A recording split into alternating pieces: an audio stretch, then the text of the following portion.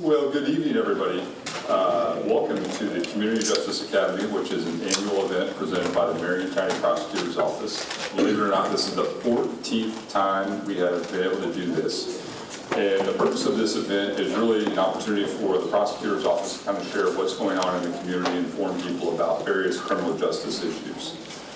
One of the things that I really enjoy about being prosecutor is getting that opportunity to interact with people in the community, hearing from people about some of the concerns that you have, and people really just want to have a better understanding of what's going on in the criminal justice system.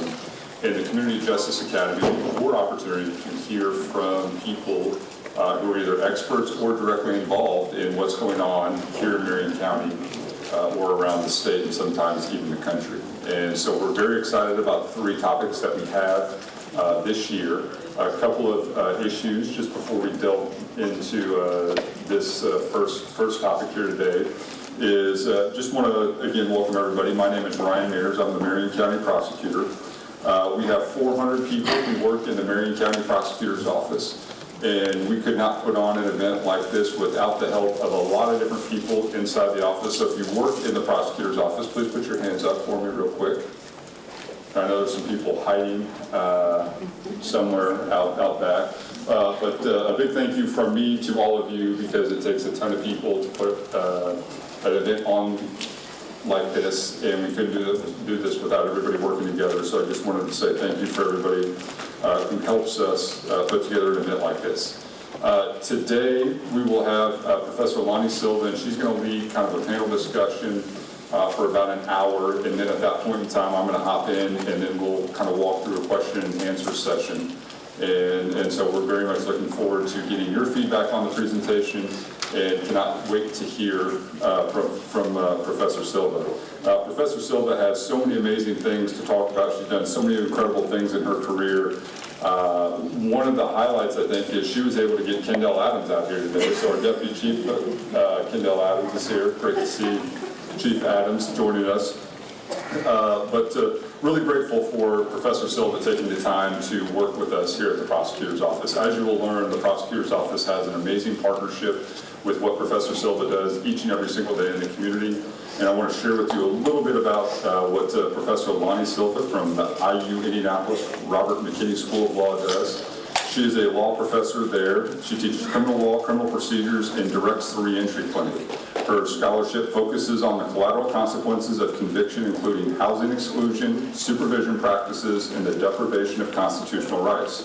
Professor Silva currently works with the Federal Reach Court in the Southern District of Indiana and the Marion County Prosecutor's Office Second Chance Workshop Initiatives. She is also a founding board member of Thomas Ridley's One Like Me, and we have the celebrity in here himself. Want to say hello? And I just want to say I'm really looking forward to today's presentation, just because I have been someone who has had the unique opportunity and perspective to see the incredible work that Professor Silva and her team does each and every single day in the community. And she has literally made a tremendous impact on so many people's lives, and has put people in a position to move forward with their life in a very positive way. And that has made our community a better place. I will tell you, there are very few people who have a nexus with the criminal justice system who are going to spend their entire life in the Department of Correction. Most of them are coming back into our community, and it's how we treat those individuals oftentimes determines whether or not they're going to be successful or not. And we need organizations that are willing to assist and help those individuals, and nobody does it better than Professor Lonnie Silva. And with that, I will turn it over to the great, award-winning Professor Lonnie Silva.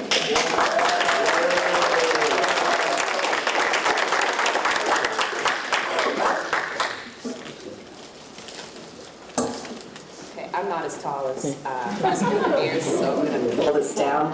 And I'm just going to stand up here just to introduce my panel, because I appreciate Prosecutor Mears, and thank you for inviting us, but I could not do any of the stuff that I get the credit for and probably don't deserve without the people sitting here, and without the people from Thomas Ridley's One Like Me, who we have a few here today. And so I did want to give them their kind of due deference and introduce them as Prosecutor Mears has introduced me. So when I call your name, you just raise your hand. So Alanda Spriggs. So Alandis Briggs was born and raised in Indianapolis, and he served time in prison. He was released in the summer of 2023. He's a participant in the REACH program, which is a federal problem-solving court in the Southern District of Indiana, located here in Indianapolis, presided over by Chief Judge Tanya Walton-Pratt. He's been nothing short of a success. Statistically, he should have recidivated 9 months ago, but he's here, he's stable, and he's beaten the odds. And so I've invited him here today to discuss with you his reentry journey and to kind of give you guys firsthand testimony on what it's like. You know, we always sit and talk about folks being reentrants, and so I wanted you to hear it from somebody who's actually in the midst of kind of going through the motions there. I have Miss Ashley Johnson. She also was born and raised in Indianapolis, and she has a BSW from Indiana University. She received that in 2022. She has aspirations to go to law school because she is a natural advocate for vulnerable populations. Right now, she is working with folks in the Hope Hustler Outreach Program. We've carved out a small component for folks that are involved in, associated, or affiliated with violence in the city. She has a caseload of 39, and I think she's only had 2 go back at this point, which is quite impressive considering that they are at the highest risk of recidivism, live in low-income, high-crime neighborhoods and resource-starved areas. And so she is our housing god. She finds housing for people, and so I've invited her to join me on the panel today to talk about that. Bailey Stajura. Ms. Stajura is a 3L law student at McKinney. She is also the president of SCRAP, which is a law student reentry organization that she will talk about today.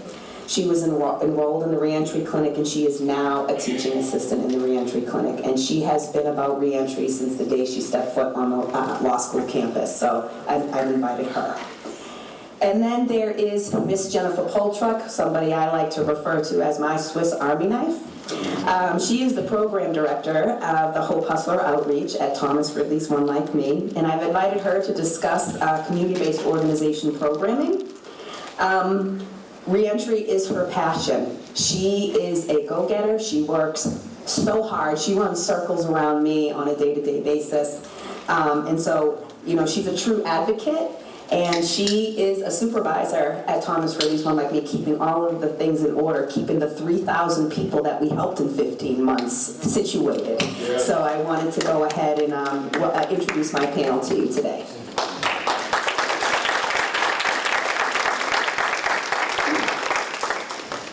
I feel much better sitting with my people.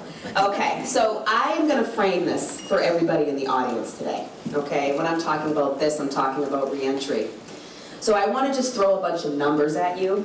And we're going to start with kind of the statistics, okay? Or just the general numbers. So at any one time in America, there's nearly 6.9 million people that are on probation, in jail, in prison, or are on parole. Right now, we have about 1.8 million people in prison. That's quite an improvement from 2.2 million people. That's where we hit our apex in 2009, and we are the world's #1 jailer, the land of the free. Despite the recent decline in U.S. imprisonment levels, incarceration rates aren't slated to decrease to 1980 levels for 90 years. State prisons make up the most people imprisoned, and as Prosecutor Mears alluded to, most come back, 95% are going to return to the community. At least 113 million adults in the United States have a family member who's been incarcerated, and about 1 in 28 children have a parent that's currently incarcerated. About 650,000 people are released from America's jails and prisons back into the community every day. And this is about 10,000 people per week. Marion County absorbs 12,000 people a year, okay? About 80% of those released will be on supervision. And, you know, the figures really range, but there's about 2.93 million people on probation or parole right now, okay? What about demographics? Well, Black people are still overrepresented right? Making up about 40% of the prison population, though they only comprise 12% of America's population. Black men are 6 times more likely, and Hispanic men 2.7 times more likely than their white counterparts to be imprisoned. On any given day, approximately 1 in 12 black men in his 30s is incarcerated. We're incarcerating the same number of black men as were enslaved in 1820. And so for black men, the risk of incarceration is a normal event in one's life. Women are on the rise, right? They're the group right now that is going to prison at the fastest rate. But women that end up in prison usually end up there after experiencing some severe disadvantage. 12% report homelessness before they turned 18. 19% were in foster care at some point, and 43% came from families that received public assistance. 53% of women were jobless in the month before their arrest. And most women in prison have physical or cognitive disabilities, that's about 50%, and or a mental illness, which is 76%, right? It's a lot of people in prison with mental health issues. The same rates are similar for men. So, my research focuses on the collateral consequences of conviction. What is that? Well, those are civil penalties that attach to, it used to be a felony, but now it's any interface with the criminal justice system. Okay, so they're actual statutes and regulations that are on the books, so law. All right, there's about 50,000 of these collateral consequences littered across the codes, right? And when I say the codes, the rule books, in all of the states, that breaks down to about 700 per jurisdiction. And so what does that mean? That means that it's harder for people to re-enter, right? That increases the risk of recidivism. It increases dangers to our public safety, right? And it disenfranchises a large swath of communities of color.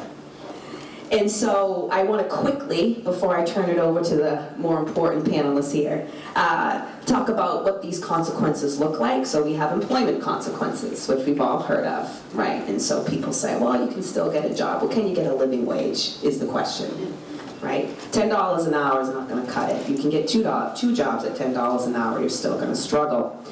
So they can be, these employment consequences can be automatic or discretionary, right? And these are also statutes, regulations, rules. And they're thought to, these collateral consequences in the employment sector are really thought to kind of hinder kind of criminal behavior. And they really end up being retributive, right? So retribution, just desserts. You know, we're going to continue to punish you after your term of imprisonment, but civilly.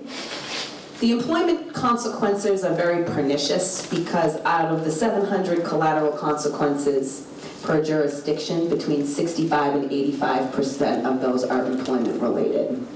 There's many that have to do with occupational licensing, so entrepreneurship, and a lot of folks that go to prison are really, and some of you may snicker, but I think it's true, are really CEOs, right?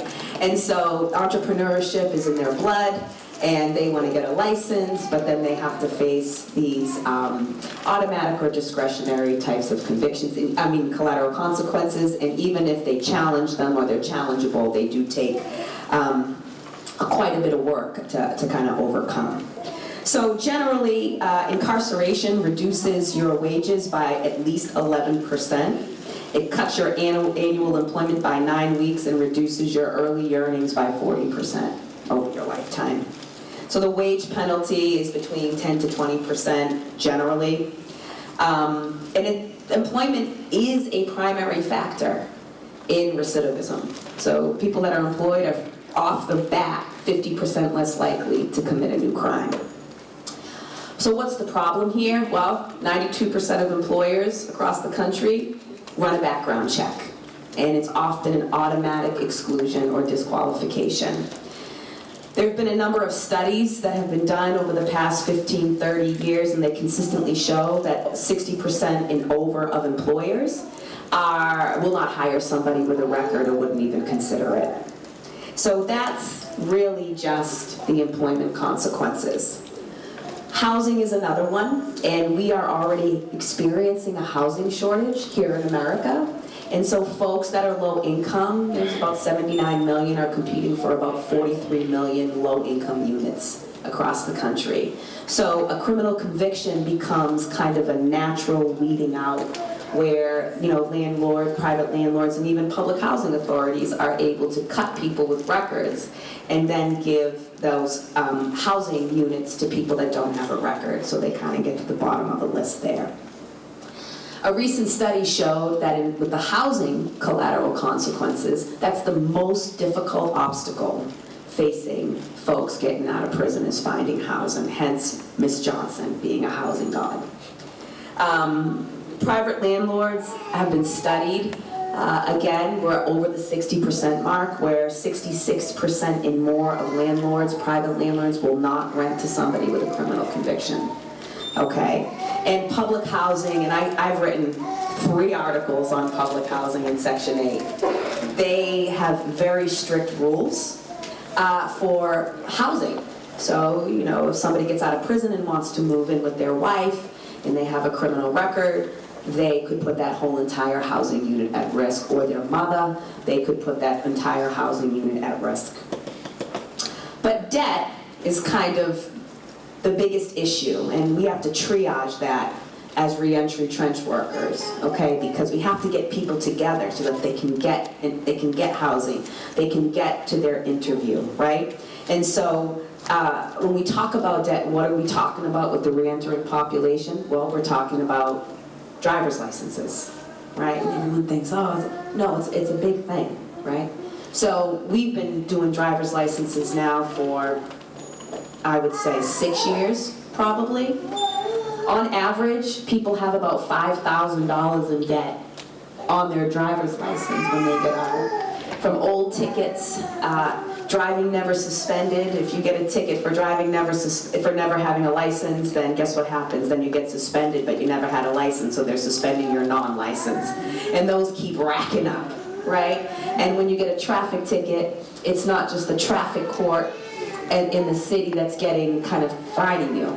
There's an additional BMV fee. So now your $200 ticket just blew up to $425 or $500, right? So however many tickets that is. And so that just increases and snowballs. And when you're under that kind of debt, you're under a lot of pressure, and how are you going to get out of it, right? How are you going to get to work? You're afraid to drive, but you got to drive, so you don't have a choice. So know what you say? I'm driving to work. Okay, so that the driver's license is an issue.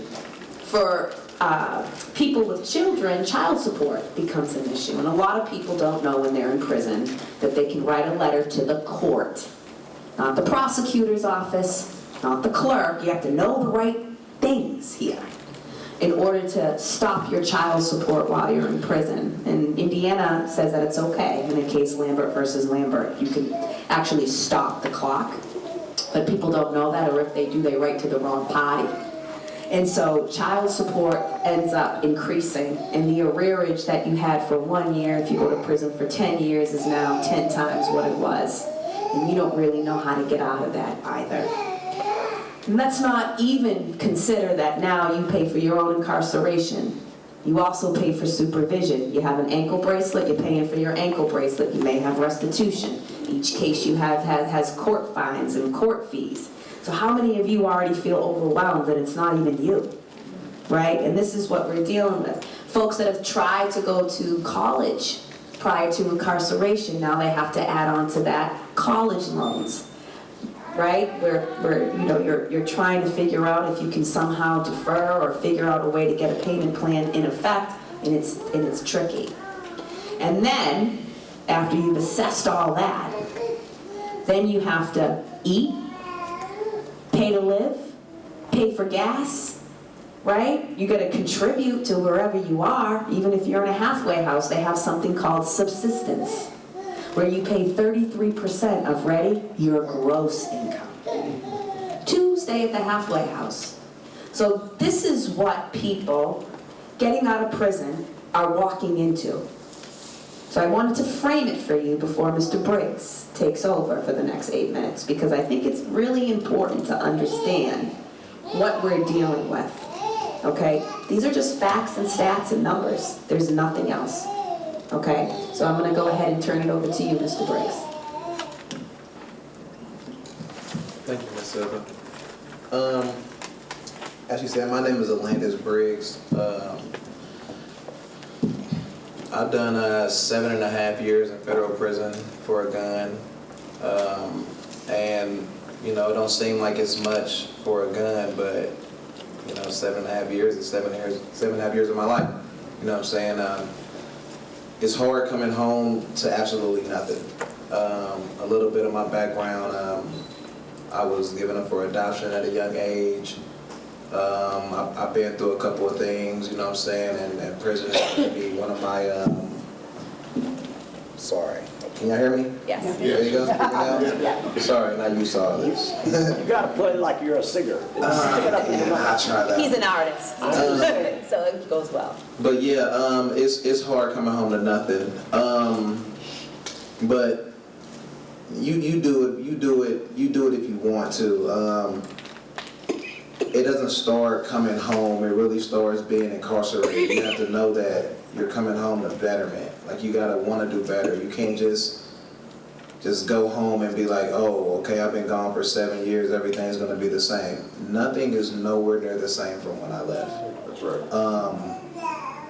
From going to McDonald's and me standing at the counter waiting to somebody ask me what I want, I had to use the kiosk. So that was weird, you know what I'm saying? So a lot of things is different.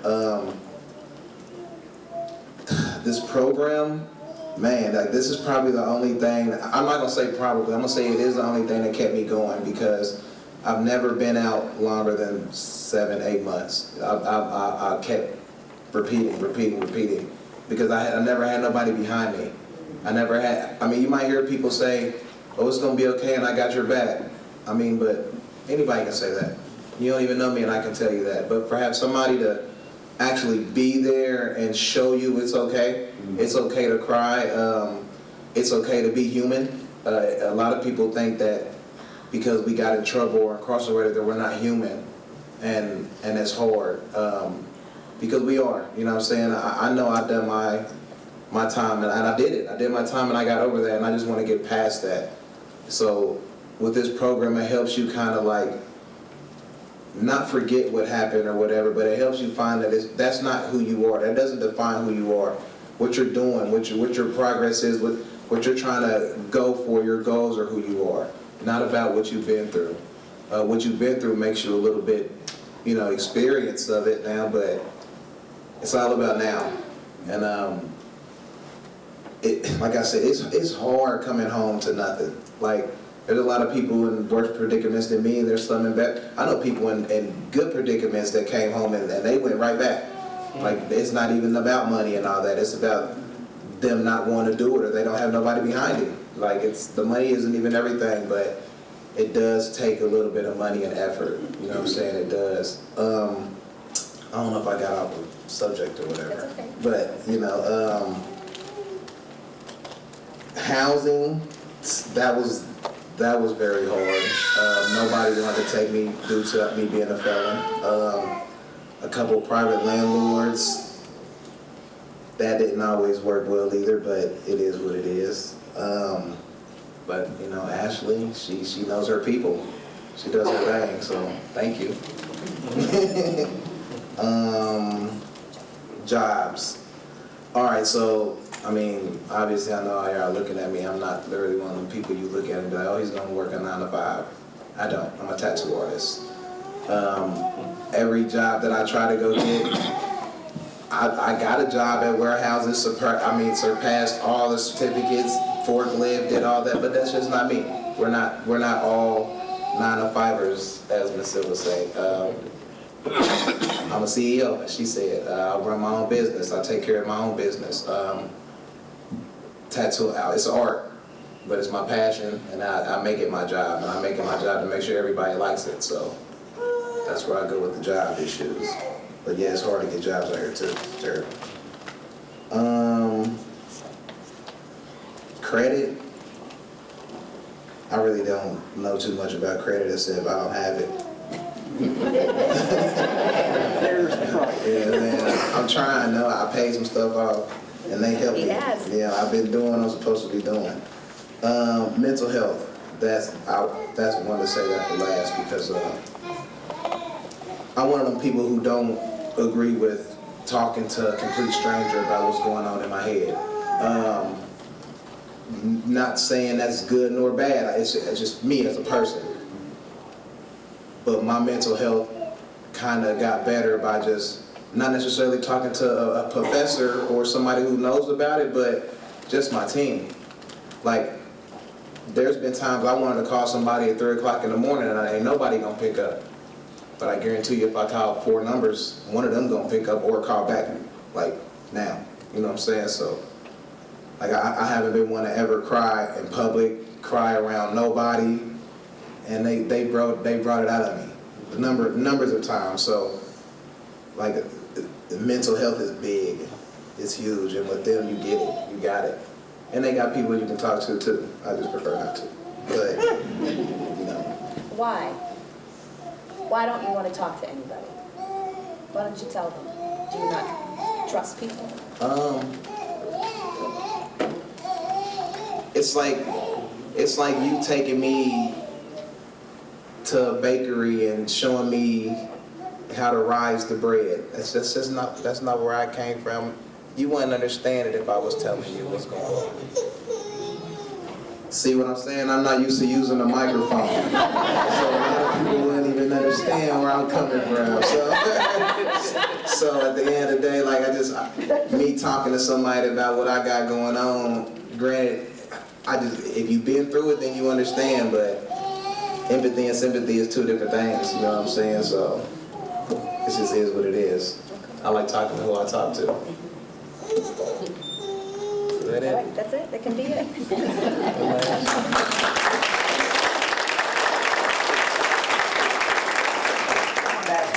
Can we ask him a question? At Are we the- allowed to At the, now or at later? the end. Oh, okay. Right, that's Prosecutor Mears said it at the end. Please write down all your questions. Don't forget. Good evening, everyone. Again, I am Ashley. I am a social worker with Thomas Ridley's One Like Me. And since I've graduated from school, I've been able to do the things that I love to do. I'm from the community. I went to school in the community. And so being able to work with individuals that's like me is the best rewarding job that you can have. And so with that, there are many barriers that these women and men face coming home from prison. Typically, I see these individuals within the first 30 days of them coming home. And some of those barriers are housing and financial assistance. And with that, as Professor Silva touched on, is public housing. They have policies in place that individuals with felony convictions for drug-related offenses aren't allowed to live in their houses, or violent crimes, and violent crimes meaning battery or possession of a handgun. In Indiana, not to mention, is an at-will state to be able to carry handguns. Also, probation restrictions. Often, probation officers don't let individuals live in a certain area, regardless if it was a victim, co-defendants and things like that. They're not allowed to live in the same area. So that also holds someone back from being able to have their own house. And again, private landlords. With private landlords, they do conduct background checks. And what they want is, in good example with Mr. Briggs, with a private landlord, because she calls me a goat, but it's expensive. And they want a security deposit of $1,500. They want first and last month's rent, $1,500. This is somebody who's coming home from prison.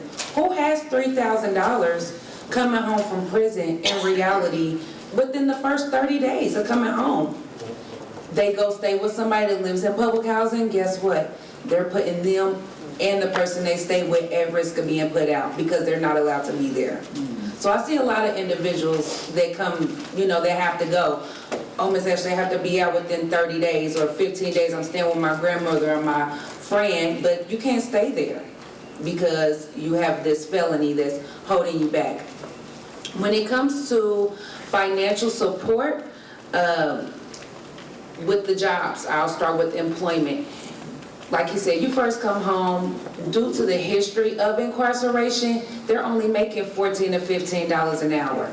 Rent is $1,000 a month. Okay, we did add in food, clothing, cell phone, right? So they don't have the ability to stay on their own for a while because employment is hard to come by. They do have second chance employment, but again, that is $14 and $15. That's what they don't tell you. So there is fair second chance opportunity, but at $12 to $14 an hour, that's not a lot of money. Other benefits such as Supplemental Nutritious Assistance Program, also known as SNAP, they also bar individuals with drug felonies from being able to receive that small amount of assistance that someone can get. And if they, again, go get a job, making $12 to $14, guess what? They're cutting you off. So there goes your food, you know, so it's a no-win situation. And many individuals with felonies do not have credit history, you know, and that leaves them with that 50 credit score. Unheard of, but it's reality. You know, we come from communities that we're not taught credit. So of course we don't know these things. And guess what? About time we taught credit, we gotta file bankruptcy. And what do we know about bankruptcy? Nothing, right? There are a lot of services that is hard to acquire, such as legal services and mental health. So again, it can be difficult for individuals to request modification to their child support, like Professor Silva said, due to lack of access, legal resources. They don't know where to go. They don't know who to talk to. They don't know where to write this letter to. Hearsay, but the hearsay, you know, is hearsay. You can hear that from one mouth, goes to the other, and you end up at a dead road, which causes frustration, stress. All states have required procedures to suspend driver's license when individuals fall behind. Here in Indiana, if I'm not mistaken, that may be $2,000.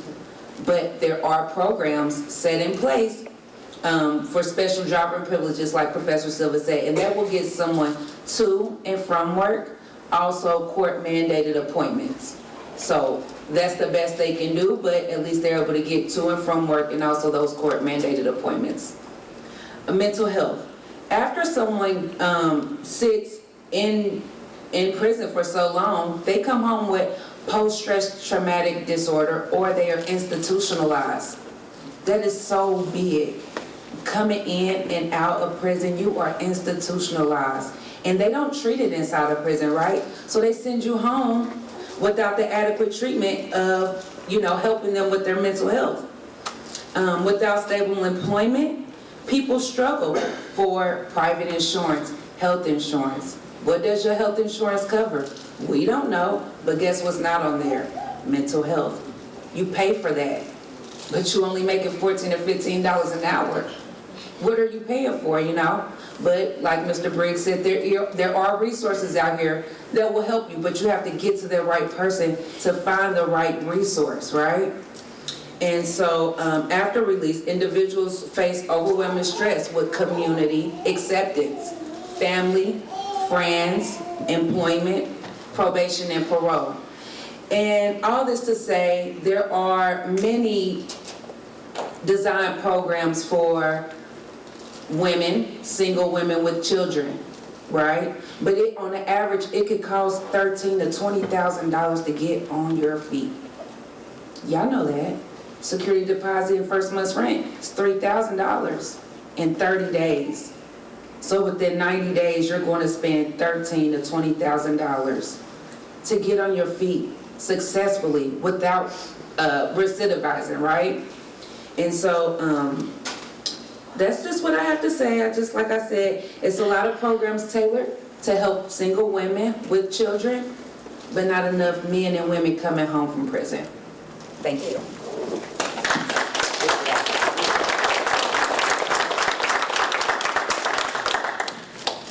Good afternoon.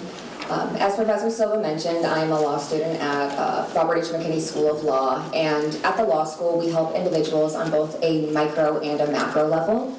On a macro level, we provide the organization called Second Chance Reentry Assistance Program. That stands for SCRAP, where we go out into the community and we engage in different outreach. At outreach, we provide individuals with services such as waiving MOIs, which are motions for indigency, as well as drafting reinstatement fee waivers, as Professor Silva mentioned, to alleviate the financial burden of those B&B fees.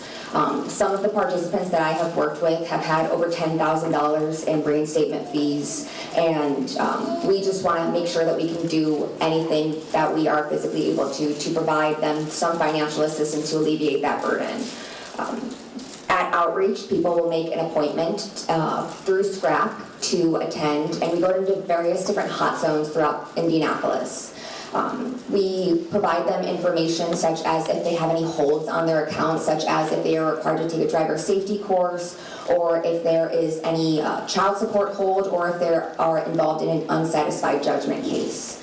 Additionally, this is driver's license is such a privilege that we all take for granted on a daily basis, but throughout my 3 years of working with individuals through SCRAP and REACH, people have started crying when we told them that they are able to get their driver's license back, because they cannot believe that they have spent years trying to get this and they are finally able to. And it's just such a beautiful thing to be able to help somebody and provide them some hope that they are able to get back on their feet and be able to once again feel like they are a member of society, because they are, and they are worthy.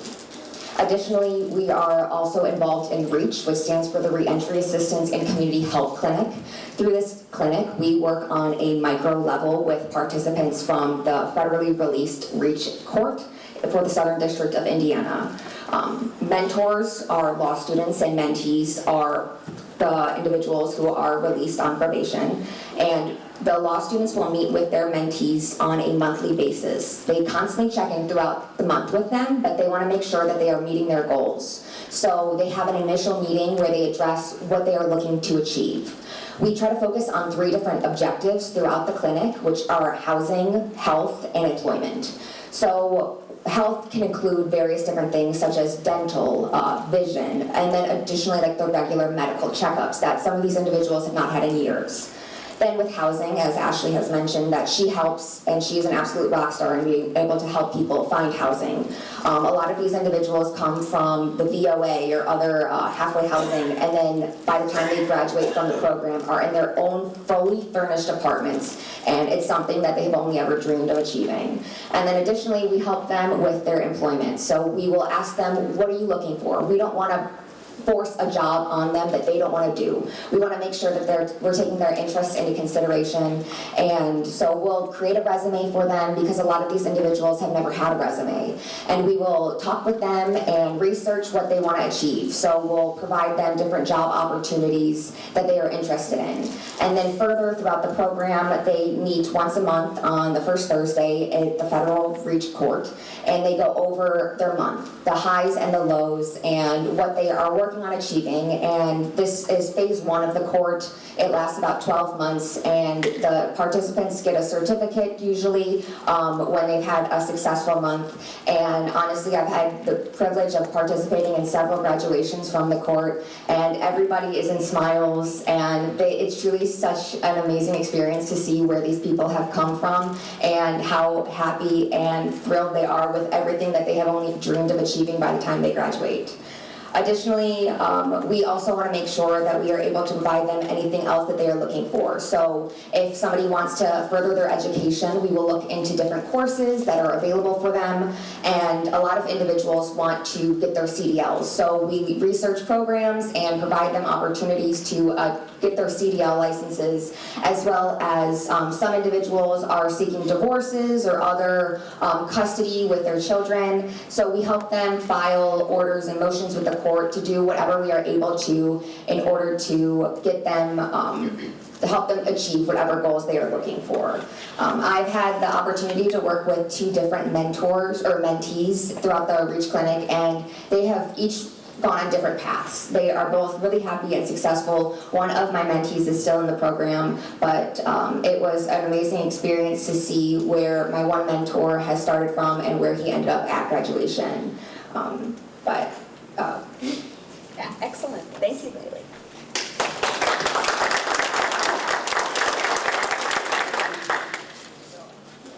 Can you hear me? Yes, we can. Never used a mic. So, my name is Jennifer Poltrock, and I am the program director for Hope Hustler Outreach at Thomas Ridley's One Like Me.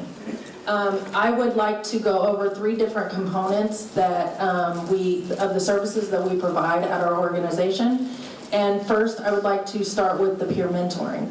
So, with peer mentoring, we provide intensive, very, very intensive, personalized support.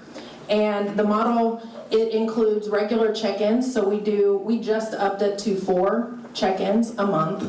So it keeps you in touch with your participant.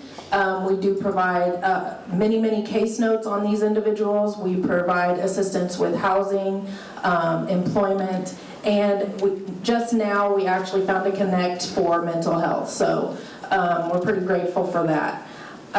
We do one-on-one mentorship. Participants receive coaching, guidance, and a chance to build practical skills like computer skills, public speaking, and financial literacy. The second one is job readiness.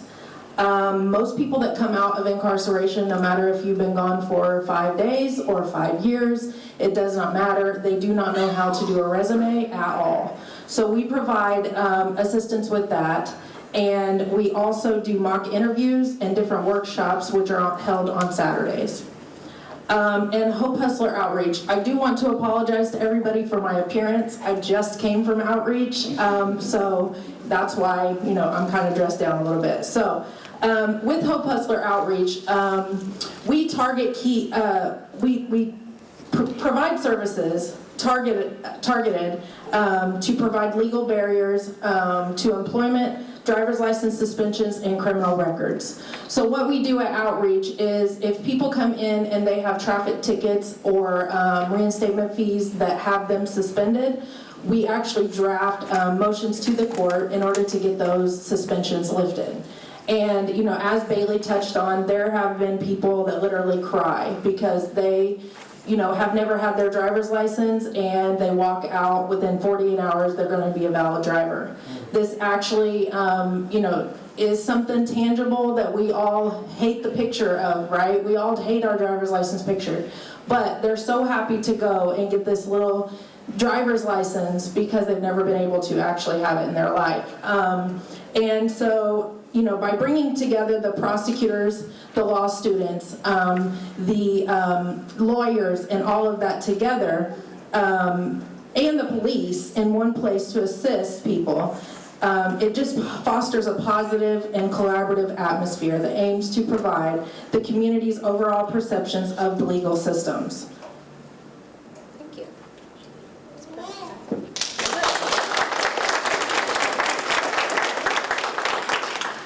So I'll just say that we go to hotspot zones. Ready? 201, 202, 218, 235, 226, right? Places that folks probably don't really go to. We live there. All right, that's where we provide service. So I'm going to wrap up with just giving you, I wanted you to hear everything. I wanted you to hear exactly what people are doing, what people are experiencing, because I want to tell you about empirically based practices that have been designated by the psychological, sociological, criminological, and legal literature to be the best practices. Okay, so if we want to know what we can do to help, here's kind of a great panel kind of telling you what they're doing. So let me just conceptualize it for you and contextualize it just a little bit. So first of all, there's only one kind of intervention that has been linked to a reduction in recidivism, and that is CBT, right? Do we all know what that is? Cognitive behavioral therapy. And it sounds fancier than what it really is. It's very simple. It's called being a human and treating people with dignity and respect, as Prosecutor Mears opened up this panel saying. The first is pro-social modeling. So pro-social modeling has a very strong relationship to lower recidivism. So what's pro-social modeling? Just being anti-crime, right? So just being a pro-social person, doing the right thing, being positive, productive, and being somebody that, folks that are involved in criminal behavior or deviance can look to and say, hey, that person's not involved in this. And whenever you're dealing with someone who could potentially be involved in criminal activity or is, you just say, ready? That's probably not a good idea. Why are you doing that? There's another way. That's called pro-social conduct. Does that sound hard? No. Okay. So we know that right there, pro-social modeling has the strongest effect on a reduction in recidivism than any other supervision practice. And really it involves not only, your value-laden principles, right? But also being a reliable and fair person. Showing up for people. It's a lot of work. Okay, Mr. Briggs just told you, he has a support team of 4 people, right? That's just sitting here. He has other people too, like his probation officer, which you would never think, but it's true. Okay, so just knowing that. The second is collaborative problem solving. So what's that? Ready? It's not hard, guys, right? You work together with the person. And you have people say, what's the problem? And be able to tell you what the problem is and what are some of our options. And you sit and you work together to brainstorm a solution to whatever problem it is. Okay, so that's collaborative problem solving. That's the second best practice. The third is consiglience, but it's really a fancy word for just saying have a positive rapport, right? Civility, again, fairness, reliability, reinforcing, anti-criminal behavior, but also rewarding and praising those actions that are pro-social, right? That's all it really takes. And civility is so important to achieving, a wonderful, successful reintegration.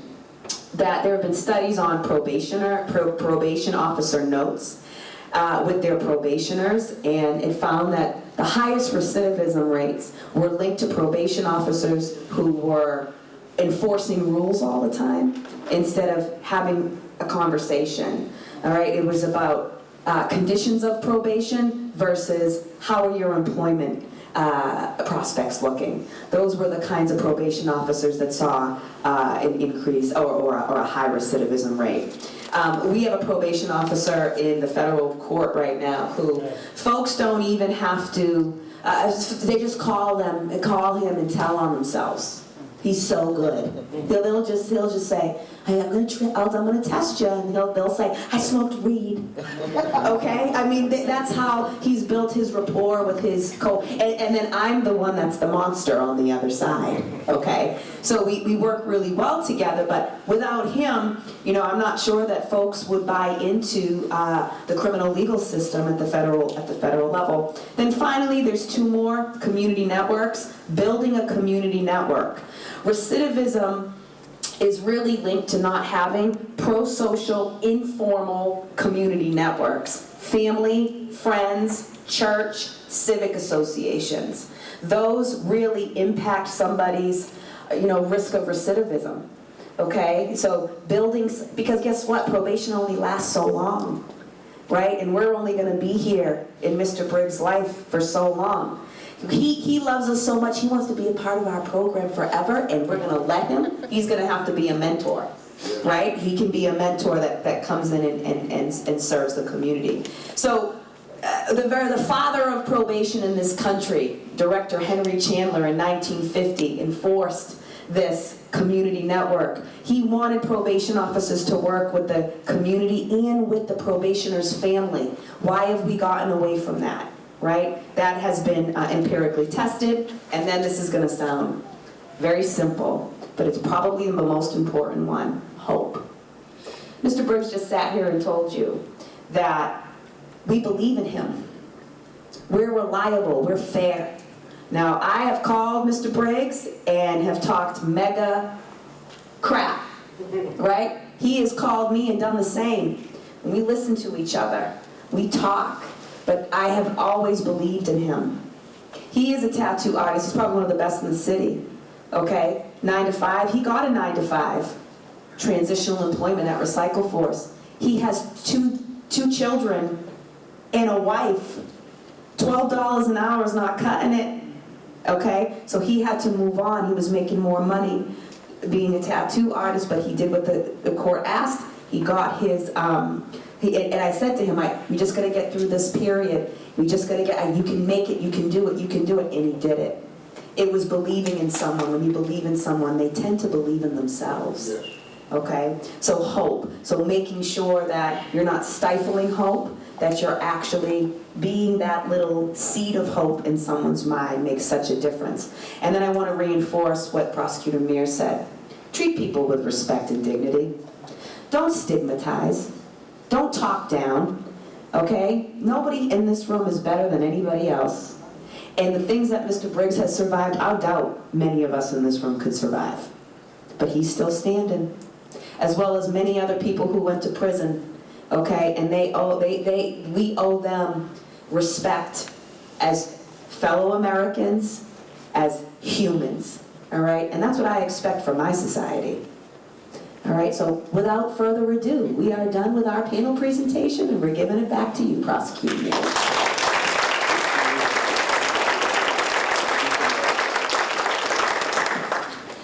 So just to further contextualize this, and I just wanted Professor Silva to stay next to me so everyone can see the height discrepancy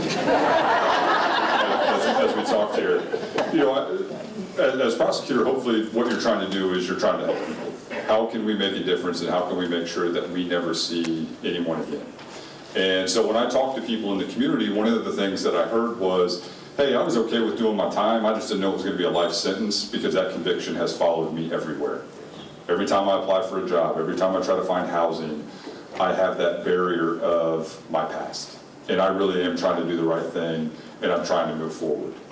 And so about 5 years ago, we came up with the idea of doing our second chance fairs. And at our second chance fairs, we work with people, and we help them get their driver's license back.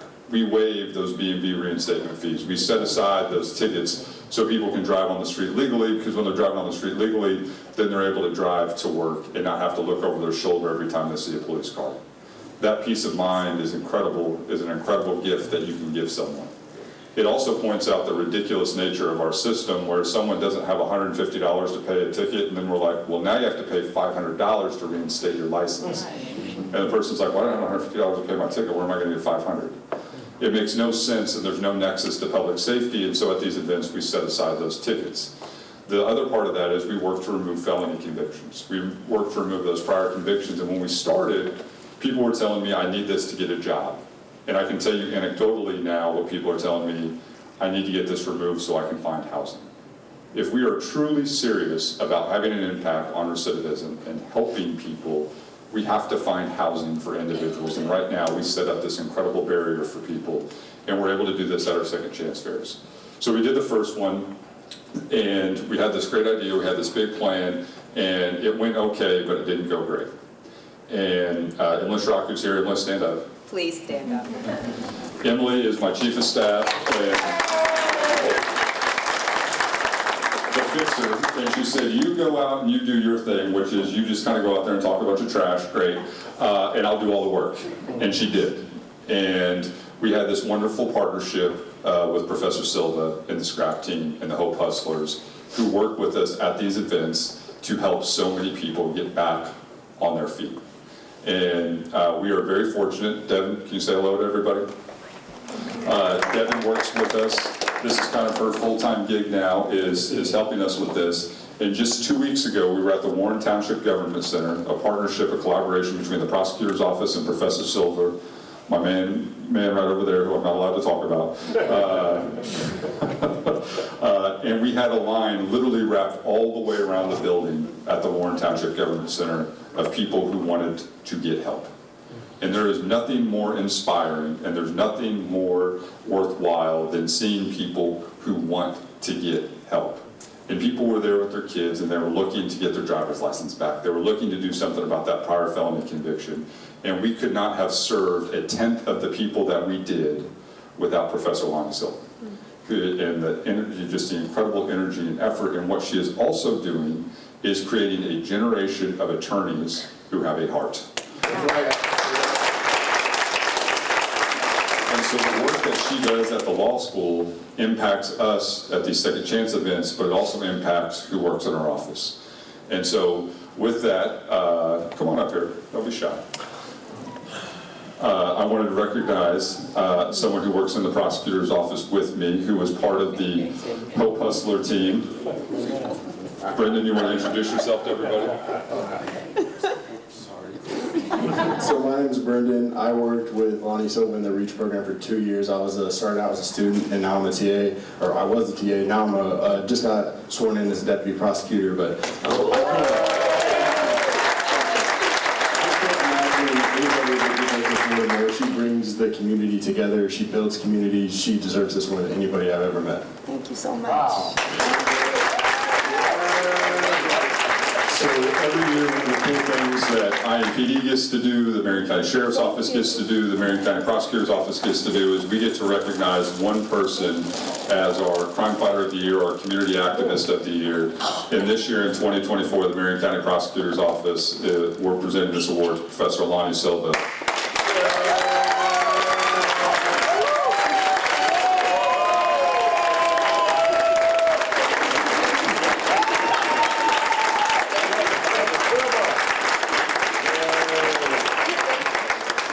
And the reason why I'm doing this on TV is so she doesn't hit me.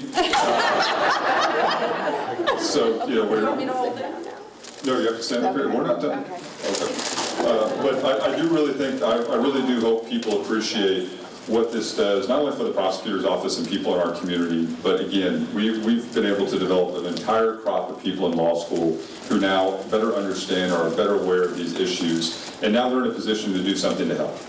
And that's when you make significant progress. And so the legacy that she's going to that she's going to have extends way beyond just the individuals that she helped, because she's helped so many other people with not only this knowledge, but now they're going to be trained practitioners out there fighting the good fight, helping as many people as possible. And I feel incredibly fortunate to get to work with people like Brendan, who brings a ton to the prosecutor's office. But we got to start, and the first time we met was through Professor Silva. And so it truly is paying it forward in making the prosecutor's office a better place, making our community a better place, making the law school a better place. And our community is a little bit smarter, it's a little bit more just because of everything Professor Silva did. Give it a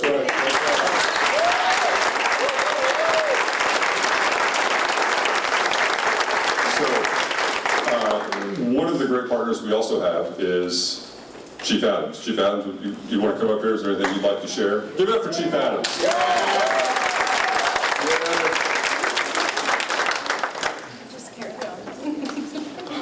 I don't need a mic. You guys can hear me? No, you have TV. to. Oh, I got TV. TV. I just want to say Professor Silver is such an impact in our community. She's done so much to help people on both sides, help law enforcement as well as help those that are less fortunate. Prosecutor Mears, I could not be more prouder of you. You know, when you talk about reducing crime in our community, it's this kind of work. As a chief law enforcement officer in our community, I'll tell you that yes, we want more police officers, but this kind of work here is what impacts community. This is what helps reduce crime, and I'm so proud to be a part of it, so thank you. Thank you.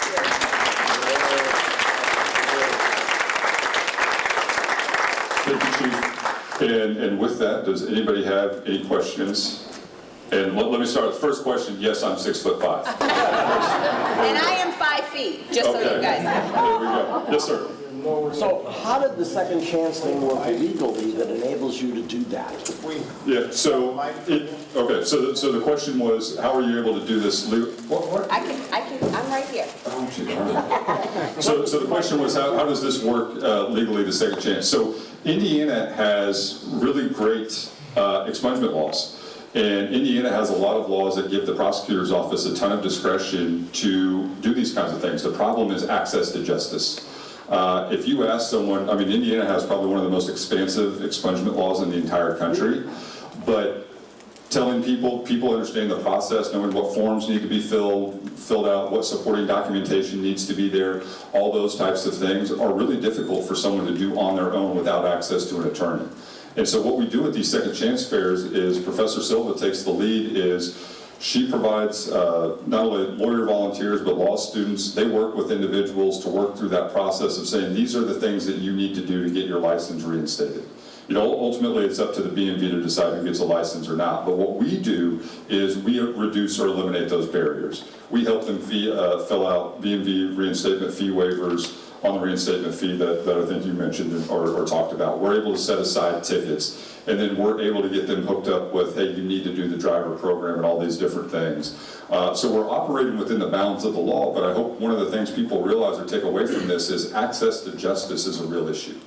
You can have the greatest expungement law in the world, you can have the greatest program in the world, but if you're not getting that resource directly to the people who needs it, you're not going to have the type of impact that the law maybe envisioned. Do you have anything to add, Professor? I do. And so the prosecutor's office, you know, is an adversarial party in a lot of this. And so we are the intermediary. I'm a licensed attorney. I work with licensed attorneys. So we oversee everybody. Every document that gets filed is filed by an attorney. So, you know, we had about 300 people come through. We'll see all those people before the end of the year. We helped about 164, I believe, that day. The rest of them, we have it over, we schedule appointments for, but we bring them in.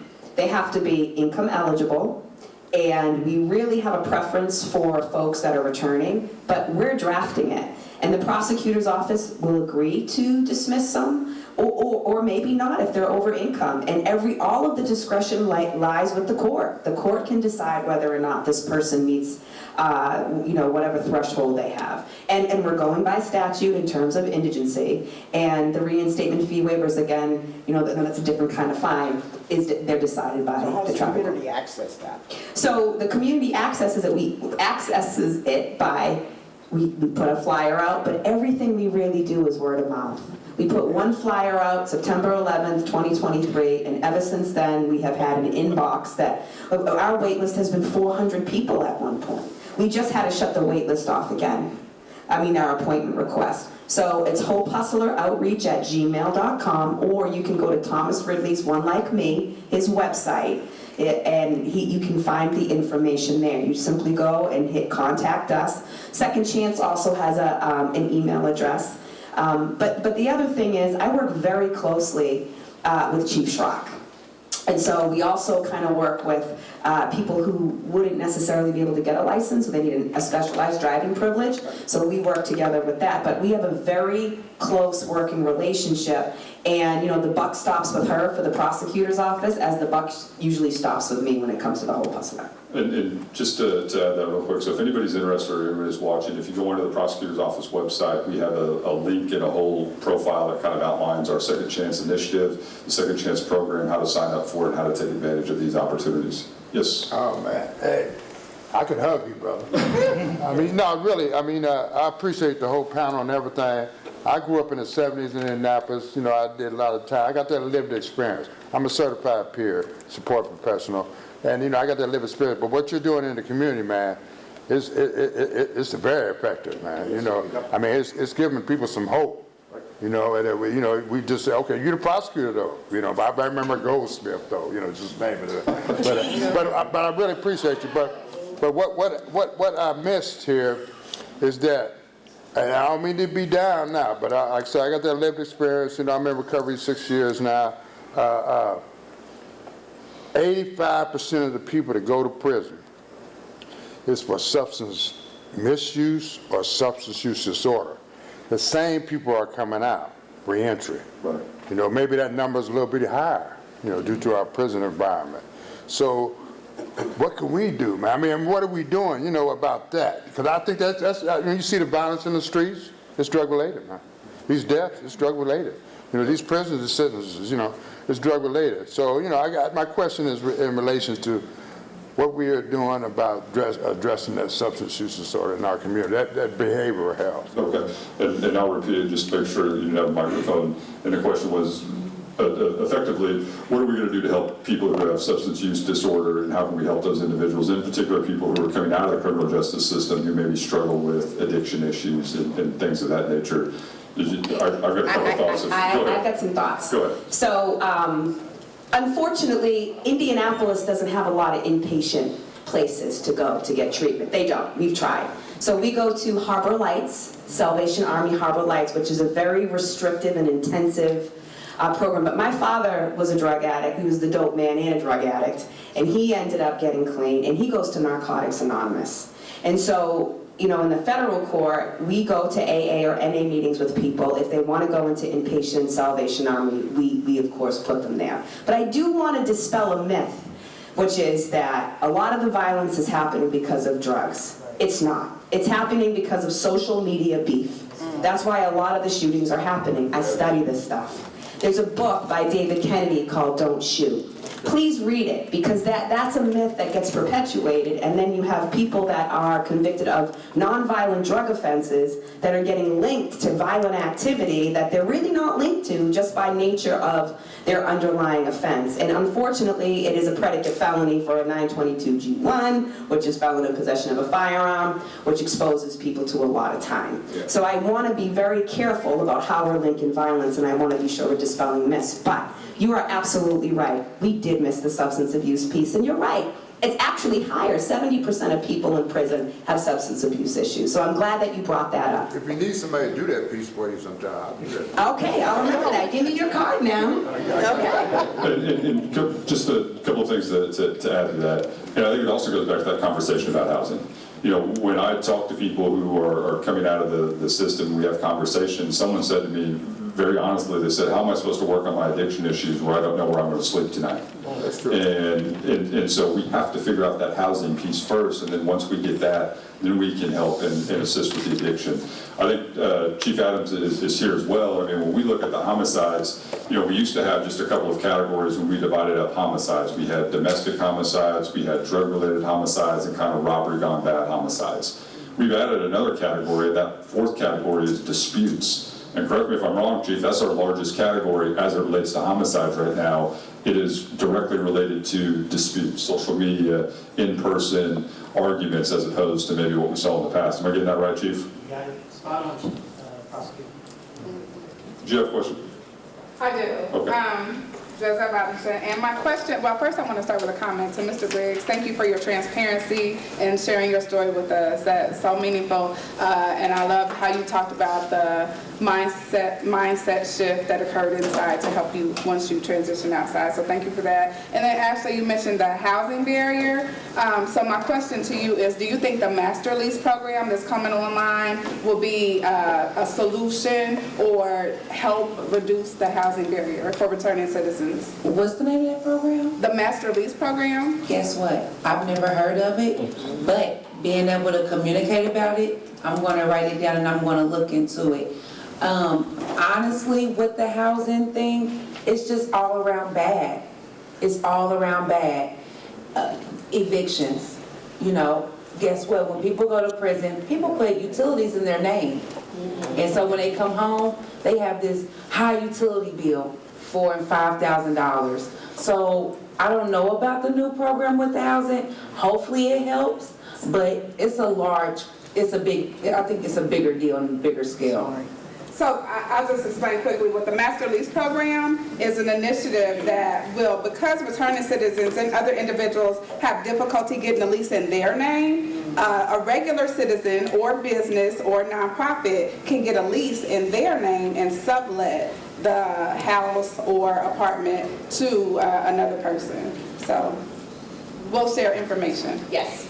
And so with that program, and I'm just making sure I understand what you're saying. With that program, we talked about, and I'm not trying to be argumentative or anything. So with that program, we talked about stipulations of the probation office, right? So that's fine that they're going to have that. But what about those offenses where people can't live there? You know, so it's just the ongoing cycle of trying to get these people placed in the right area of the living. And I'll say that, you know, we tried a housing initiative here a few years back, and I don't know if you guys are aware of that. but it ended up not working.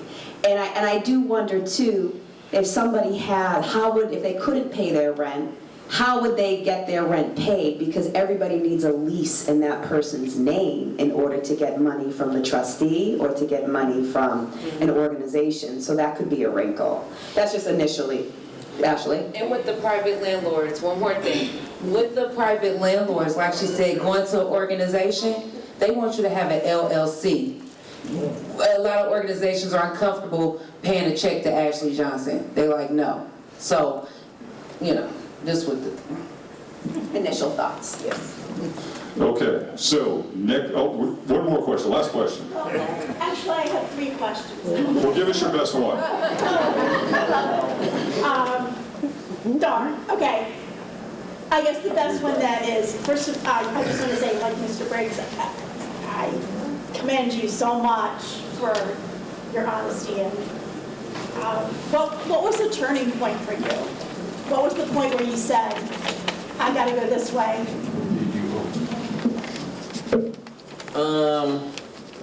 Well, I'm 37, and I looked at it like I'm not gonna get any younger, you know. So I mean, sometimes you just gotta want it. It's nothing in particular that was just like, oh, maybe I should do it for this. I just did it for me. You're never gonna do nothing for nobody if you don't want to do it for yourself. That's right. So I just say I'm doing it for me, and if nobody wants to ride with me, well, it's on them. You know what I'm saying? I'm gonna do it for me.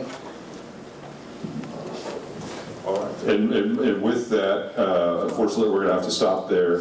Next Wednesday, we are off, but the Wednesday after that, we will be back at it. I'm going to walk you through a murder case that I actually personally prosecuted, and then we're also going to talk about the implication of what does a jury of your peers actually mean from a constitutional standpoint, from a statutory standpoint, and then as well as some of the rules that are designed to have a fair and impartial jury. And so it'll be a case study as well as mix in a little bit of the law, so we hope to see everybody back here on October 23rd. One more time, please give it up for all of our panelists.